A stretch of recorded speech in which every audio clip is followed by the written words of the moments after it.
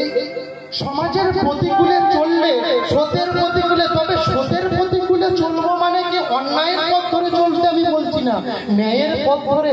দেখুন আজকের আপনারা প্রত্যেকেই কিন্তু কুরুক্ষেত্র যুদ্ধের কথা শুনেছেন তো বাবা? কুরুক্ষেত্র যুদ্ধ হয়েছিল কতদিন বোমা? 18 দিন, তাই তো?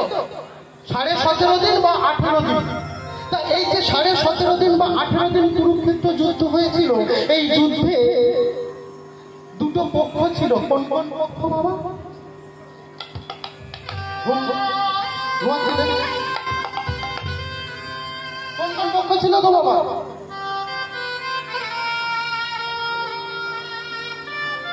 ভেঙে গিয়ে বলছে কৃষ্ণ পক্ষ আর শুক্ল পক্ষ। কি পক্ষ ছিল? কি গো বাবা একটু বলুন না।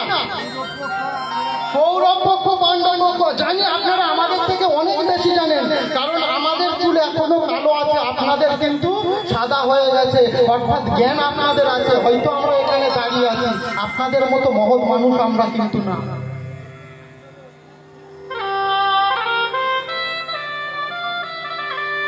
একদিকে ছিল কৌরব, একদিকে ছিল পাণ্ডব। কৃষ্ণ ছিলেন মধ্যবর্তী, মধ্যমণি হয়ে কৃষ্ণ দাঁড়িয়েছিলেন।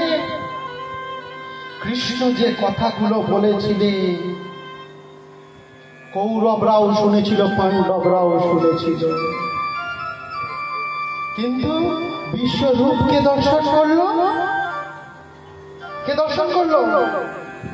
অর্জুন দর্শন করতে পেরেছিলেন। কেন গো মা? অর্জুনের সামনে কি বিশ্বরূপকে তুলে আনা হয়েছিল? এই দর্শন অন্য কিছু না, এই দর্শন হলো ভাবে দর্শন। কেমন ভাবে দর্শন? আচ্ছা, আপনাদের অনেকের বাবা মা সন্তান সন্ততি তো আপনারা হারিয়েছেন। আমরা তো সন্তান সন্ততি বা বাবা মাকে সারা জীবন ধরে রাখতে পারি না, আমাদেরকে হারিয়ে ফেলতে হয়।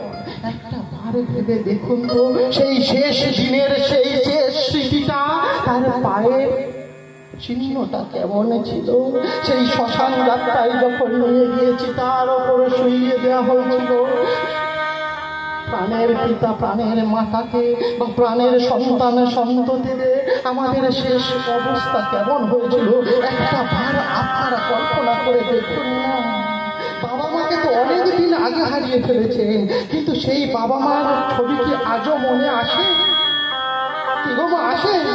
যদি এসে থাকে একটা বার চক্ষু মোদিত করে একটা বার ভেবে দেখুন না, সেই পিতা মাতার শেষ দৃশ্যটা কেমন ছিল।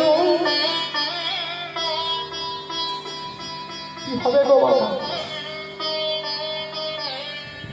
চোখ দিয়ে ঠস ঠস করে জল বইবে না? কি গো মা, চোখের সামনে ভেসে উঠেছে তো? ভেসে উঠছে তো সেই স্মৃতিগুলো? তাহলে ভেবে দেখুন, আমি কিন্তু আপনার বাবাকে বা মাকে বা সন্তান সন্ততিকে দেখিনি, কিন্তু আপনাকে এমন কিছু কিছু কথা বললাম, সেই কথার প্রেক্ষাপট অবলম্বন করে আপনি ভাবের জগতে গিয়ে সেই স্মৃতিটাকে অন্তরে নিয়ে এলেন। কৃষ্ণ যে কথাগুলো বলেছিল, অর্জুন সেই কথাগুলো উপলব্ধি করতে পেরেছিলেন, বুঝতে পেরেছিলেন, তাই কিন্তু তার বিশ্বরূপ দর্শন হয়েছিল। অন্যথা সামনে কিন্তু আসেনি। আজকের অর্জুন অস্ত্র যখন ধরবে না, বলছে কাদের বিরুদ্ধে অস্ত্র ধরবো? এরা তো সব আমার আত্মীয় পরিবর্গ, এদের বিরুদ্ধে আমি কিভাবে অস্ত্র ধরতে পারি? আত্মীয় পরিবর্গ হতে পারে, কিন্তু অন্যায় যে করে আর অন্যায় যে সহে, তব ঘৃণা তারে যেন তৃণ সমদহ। বাবা নাকি? আর আমাদের সামনে অন্যায় একের পর এক হচ্ছে, আর আমরা নীরব দর্শক হয়ে সেগুলোকে শিরোধার্য করে নিয়ে চলছি। কেউ প্রতিবাদ করতে পারছে না, কারণ প্রতিবাদ করার ভাষা আমাদের হারিয়ে গেছে। আমাদের যদি প্রতিবাদ করতে যাই সংসার ভাসবে, তাহলে সংসারের কথা ভেবে আমরা প্রতিবাদী কণ্ঠে করতে উঠতে পারি না। আজকের সমাজকে চালাচ্ছে যারা, একটা বার ভেবে দেখি না সমাজকে কোন পথে চালাচ্ছে। আমি সুখে খাবো, আমি সুখে থাকবো, এই আমাদের ব্রত হয়েছে। কিন্তু যারাই সত্যের বিপরীতে চলতে শিখেছে তারাই কিন্তু সত্যের পথে এগিয়ে যেতে পেরেছে।